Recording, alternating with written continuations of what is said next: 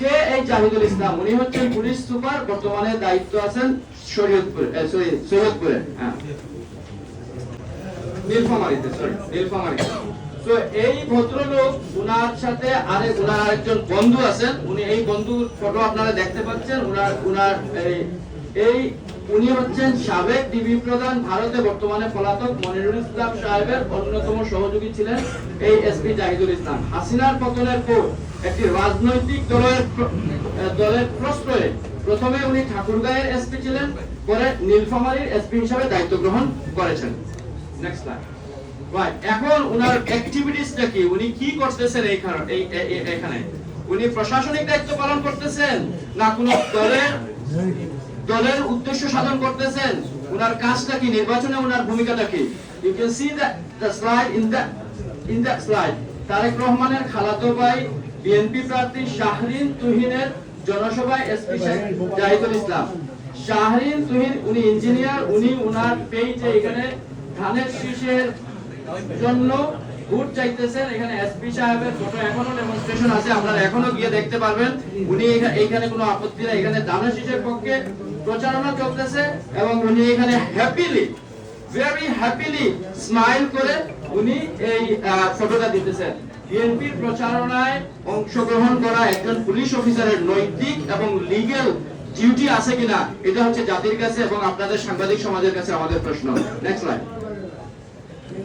এখন আরেকটা ফটো আপনারা দেখতে পাচ্ছেন। এই ফটোটা হচ্ছে যে নির্বাচনী আচরণবিধি লঙ্ঘন করে আজকের এই যে এসপি জাহিদুল ইসলাম সাহেব, উনি সহ অন্যান্য পুলিশ কর্মকর্তারা happily very happily BNP chairman Tarique রহমানের এবং এমপি প্রার্থী তুহিন সাহেবের লাঞ্চ গ্রহণ করেছেন এবং একসাথে বসে লাঞ্চ করেছেন অথবা ডিনার করেছেন 4 দিন আগে। এটা কিন্তু ইলেকশনের 4 দিন আগে এটা হচ্ছে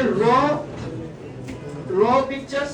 এখানে আপনারা দেখতে পাচ্ছেন অন্যান্য অনেকের সাথে পুলিশ অফিসার আছেন এবং জাহিদুল ইসলাম সাহেব, বিএনপি চেয়ারপারসন তারেক রহমান সাহেব এবং প্রার্থী। গত 7 ফেব্রুয়ারি তারেক রহমানের সাথে আচরণবিধি লঙ্ঘন করে লাঞ্চ করেছেন পুলিশ সুপার শেখ জাহিদুল ইসলাম এবং ওনার কলিগরা। এখন এই জিনিসটা শুধু আমরা নিজেরা বলতেছি না, এটা জাতীয় নিউজ পেপারগুলোতে আসছে। বার্তাবাজার এখানে নিউজ করেছে আচরণবিধি লঙ্ঘন করে পুলিশ কর্মকর্তাদের আপ্যায়ন করালেন বিএনপি প্রার্থী এবং এখানে পুলিশ সুপারের নাম ক্লিয়ারলি হাইলাইট করা আছে শেখ জাহিদুল ইসলাম। আপনারা এখানে দেখতে পাচ্ছেন এই স্লাইডটাতে। Thank you. Next slide. জাতীয় আরেকটা নিউজ পেপারে আসে দৈনিক আমার বাংলাদেশ, সেখানে ক্লিয়ারলি বলতেছে যে নীলফামারীতে আচরণবিধি লঙ্ঘনের অভিযোগে পুলিশ কর্মকর্তাদের লাঞ্চ করালেন বিএনপি প্রার্থী। তিনি কি এটা করতে পারেন? অবশ্যই না। উনারা পুলিশ অফিসাররা কি লাঞ্চ করতে পারেন? না। উনাদেরকে কি ইনফরমেশন দেওয়া হয় না, ইনস্ট্রাকশন দেওয়া হয় না হাইয়ার অথরিটি থেকে? Let's go to the next slide. Okay, আগে অন্যান্য যে পুলিশ কর্মকর্তা, একজন হচ্ছেন এবিএম ফজলুল ইসলাম, আরেকজন হচ্ছেন নিয়াজ মেহেদী। এই দুইজন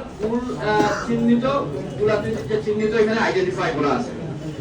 ওকে, স্বরাষ্ট্রমন্ত্রী এবং হাইয়ার অথরিটি কিন্তু আগেই বলে দিয়েছেন, ক্লিয়ারলি বলে দিয়েছেন যে প্রার্থী অথবা এজেন্টদের দেওয়া কোনো খাবার খেতে পারবে না পুলিশ। উনি একটা জেলার এসপি, উনি হাইয়েস্ট অথরিটি ওই জেলার police অ্যাডমিনিস্ট্রেশনের।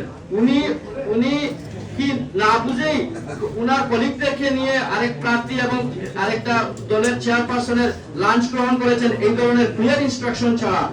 We wonder Y.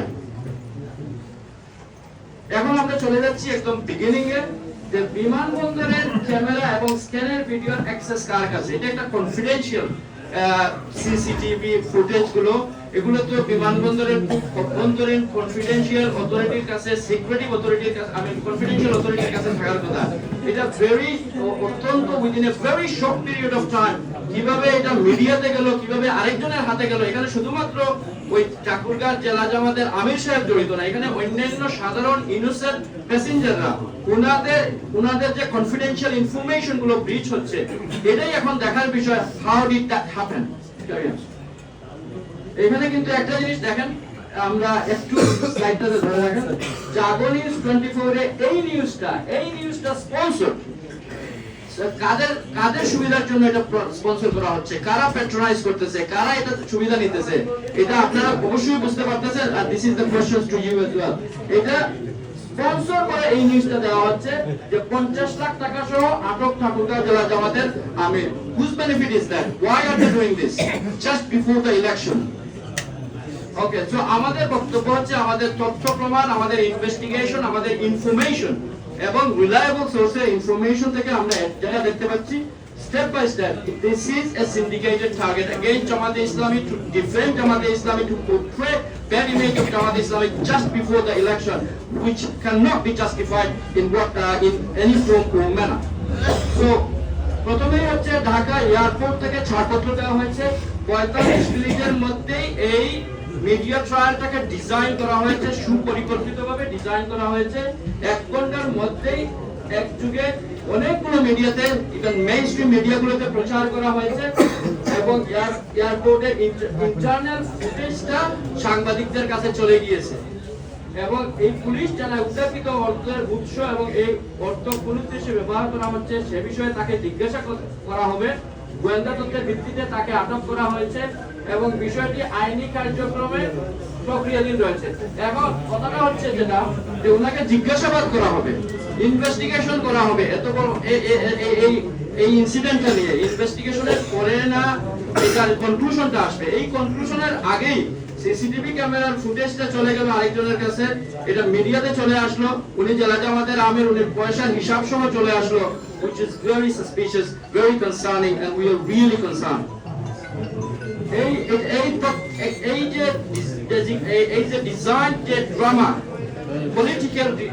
politically motivated, ill motive নিয়ে যে ড্রামা, এটার মূল হোতা হচ্ছে জনাব জাহিদুল ইসলাম, ওই জায়গার এসপি মহোদয়। আমাদের বক্তব্য হচ্ছে যে ওনাকে ইমিডিয়েটলি সাসপেন্ড করতে হবে, ওই এলাকা থেকে সরায় নিতে হবে, আদারওয়াইজ আগামীকালকে ইলেকশনে উনি মারাত্মক ভূমিকা পালন করবেন। জনগণের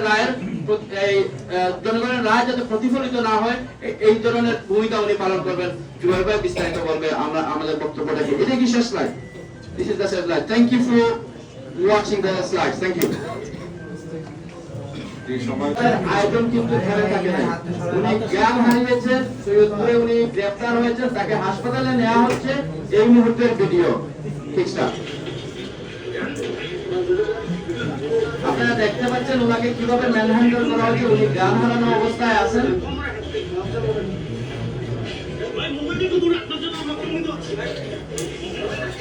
এবং এই সিরিয়াস মোমেন্টেও কিন্তু আপনাদের মতো আরো কিছু ভাইয়েরা ফুটেজ নেওয়ার চেষ্টা করতেছেন মোবাইল থেকে।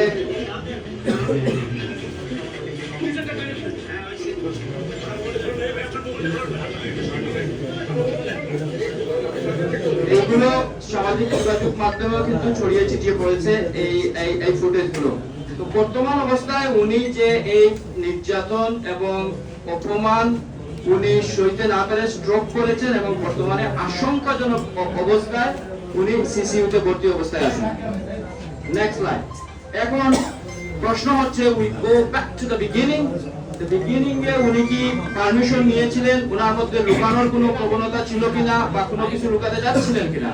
উনি ভলান্টারিলি উনি সফিস্টিকেটেড সিকিউরিটি সিস্টেমের মধ্যে ওনার এই ব্যাগটা দিয়েছেন এবং দেওয়ার পরে আপনারা দেখতে পাচ্ছেন group captain SM Rakib Samad, নির্বাহী পরিচালক শাহজালাল বিমানবন্দর, উনি ক্লিয়ারলি বলতেছেন যে কাস্টমসের অনাপত্তিতেই ঠাকুরগাঁও জেলা জামাতের আমিরকে টাকা বহনের অনুমতি দেওয়া হয়, অভ্যন্তরীণ রুটে অর্থ পরিবহনে কোনো সীমাবদ্ধতা নাই। That is the law, that is the procedure of Shahjalan International Airport for the domestic with evidence. সেটা হচ্ছে যে মিডিয়া ট্রায়ালের আয়োজন করেছেন ওখানকার SP Sheikh Zahidul Islam.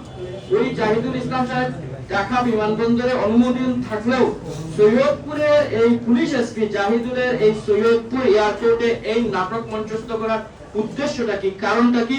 We will demonstrate with evidence.